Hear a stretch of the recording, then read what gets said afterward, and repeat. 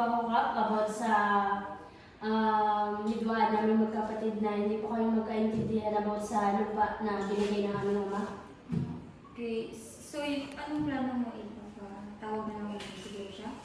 Opo, ipatawag na lang po natin siya para pag-usapan po namin kung ano po yung mas okay na paano solusyonan yung problema. Sige po. Tawagin na lang natin yung secretary para ma-schedule natin. Sir, ipa-schedule lang muna natin siya kung kailan natin siguro tayo. Ano po nang nireklamo niya? Jocelyn, yes. Ano po siya? Kapatid po. Bali, ang magiging schedule niyo po ay June 5 and 1 a.m. po. So, Sige po. Available naman po kayo ng ganong oras. Available lang. Available lang. yung schedule niyo po ay may June 5, 1 p.m. Sige po. Napirma na lang po. Thank you po. Bali, bibigay na lang po namin to sa inireklamo niyo. Matatanggap niya po. Then, balik na lang po kayo sa schedule na binigay ko. Sige po. Sige po. Sige po. Kasi gusto rin po Kasi yun, hintayin natin kapatid mo.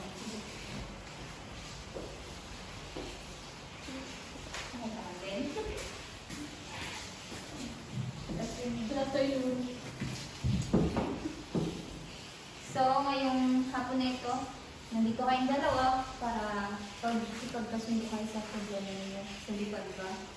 So, gusto namin marinig ngayon yung paligid niyo dalawa para alam din namin kung ano yung paligid niyo. So, ikaw na lang mauna. So, yun nga, Kap, may pinamana sa amin yung mga gulong namin na lupa po. So, yun, Kap, gusto ko po sanang ibenta yung lupa po na nilala sa amin dahil kami nga po ay nilihirap na po at kailangan na po namin ng pera.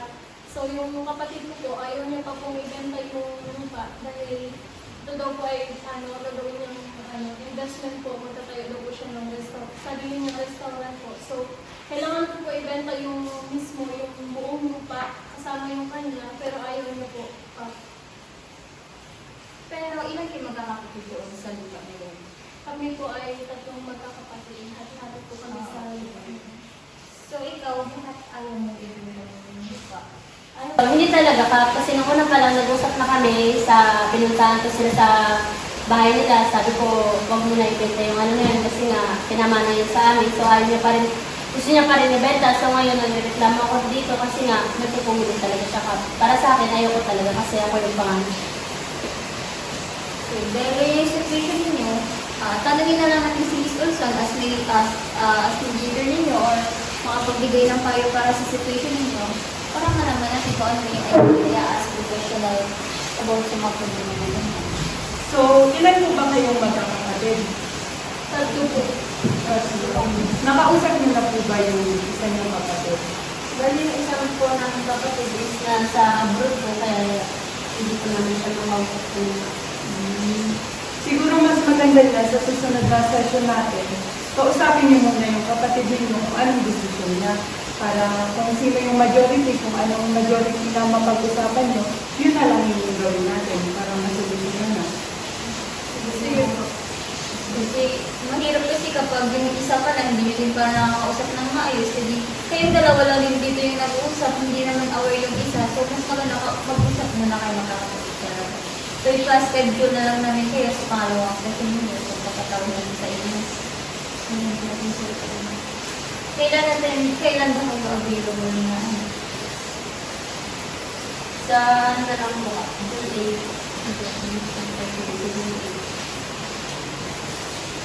Same time pa rin kayo. Thank you, Kap.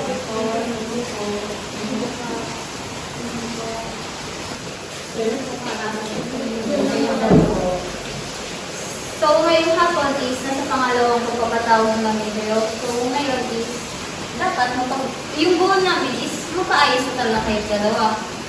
So unahan natin yung sayo bilang panganay sa inyong ulong kapatid. Yung side mo naman para sa ngayong araw na ito. So, sa aming kapis, nag-usap na kami magkakapatid. So, yung isang kapatid namin is wala na siyang pakialam about sa lupa.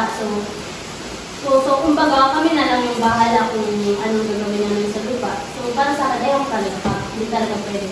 Kahit na nagpupulis sa akin, ayaw ko talaga pa. Nangyayari mo kami. Eh, palibasa panganay ka, ayaw mo ibenta. Eh, kailangan ko na ng pera. Hindi nga pwede yun. Kahit na, kailangan yung kapatid mo ng pera, anong gagawin mo? Ilan ba yung gusto mo? Gusto mo pautangan na lang kita?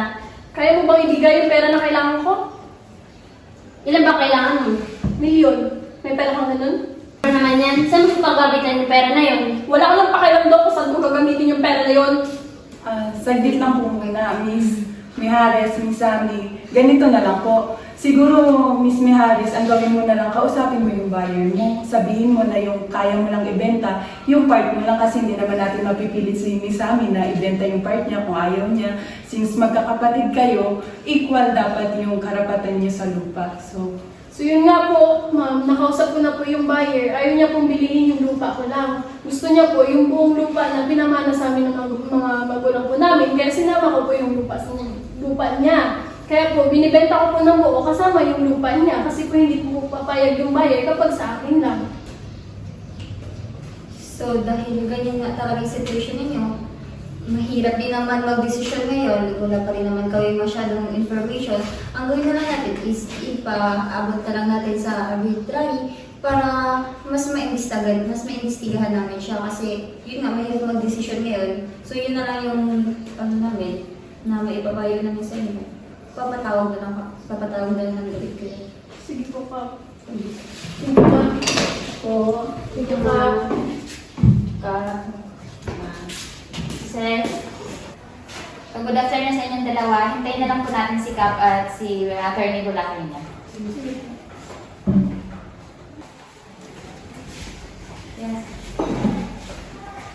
Good afternoon, Kap. Good afternoon sa inyo.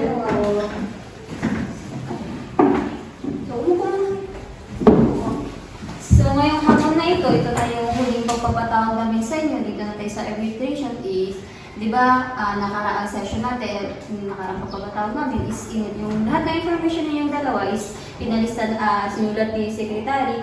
So, nag-ano kami sa conclusion na inano lang namin yung mga information na nakalap namin. Tinatawag ko rin si attorney para regarding sa mga information is meron na rin kami conclusion. So, yung goal namin is mapaayos na tayong dalawa. So, si attorney Bulacan niya, pinapakita ko sa niya as lawyer dito sa barangay.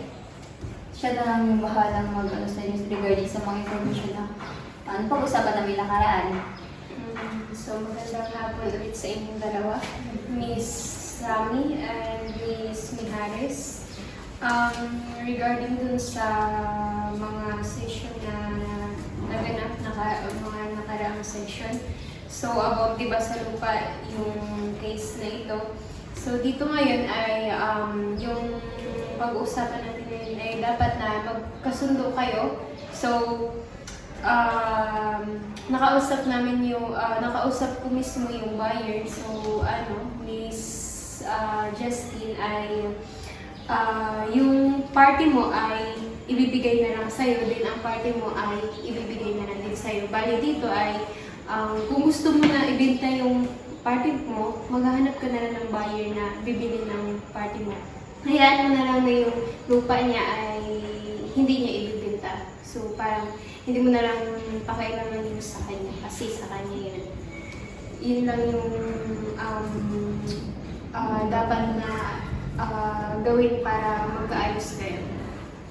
Nadinig naman natin yung payo ng lawyer natin dito. So, ikaw, Sam and Justine, okay na ba sa inyo dalawa yun yung napag-usapan natin dito na maghanap ka na lang ng panibagong buyer and then sa kanya hindi niya ibebenta yung sa kanya kasi karapatan niya rin naman yun kasi lupa niya yun eh. Sige po, Kap. Kung ano po yung binigay sa amin na solusyon, yun na lang po yung susundan. Sa kanya namin dito. Sa decision. Hindi mo kamay ko para makapaikot dito yung Thank you, Kap. Thank you, Attorney. Thank you. Kaayos na kayo.